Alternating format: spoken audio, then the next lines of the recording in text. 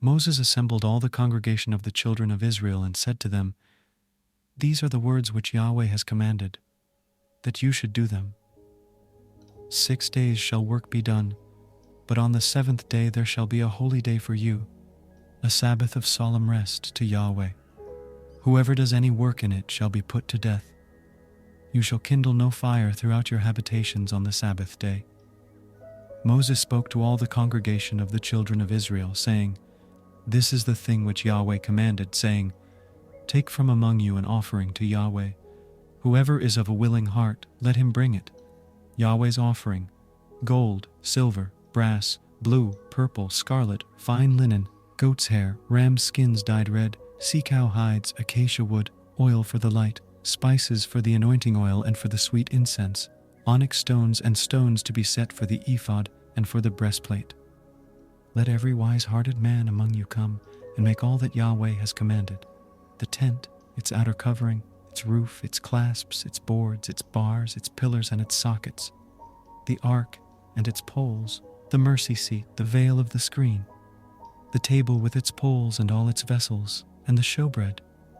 the lampstand also for the light, with its vessels, its lamps, and the oil for the light, and the altar of incense with its poles, the anointing oil, the sweet incense, the screen for the door, at the door of the tent, the altar of burnt offering, with its grating of brass, its poles and all its vessels, the basin and its base, the hangings of the court, its pillars, their sockets, and the screen for the gate of the court, the pins of the tent, the pins of the court and their cords, the finely worked garments for ministering in the holy place, the holy garments for Aaron the priest, and the garments of his sons to minister in the priest's office." All the congregation of the children of Israel departed from the presence of Moses. They came, everyone whose heart stirred him up, and everyone whom his spirit made willing, and brought Yahweh's offering, for the work of the tent of meeting and for all of its service, and for the holy garments. They came, both men and women, as many as were willing-hearted, and brought brooches, earrings, signet rings, and armlets, all jewels of gold,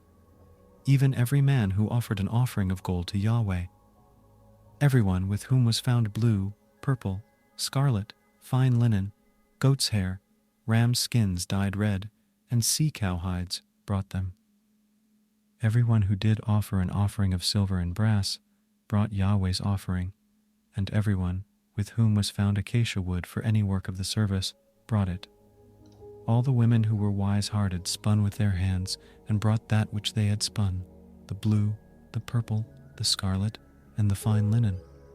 All the women whose hearts stirred them up in wisdom spun the goat's hair. The rulers brought the onyx stones and the stones to be set for the ephod and for the breastplate,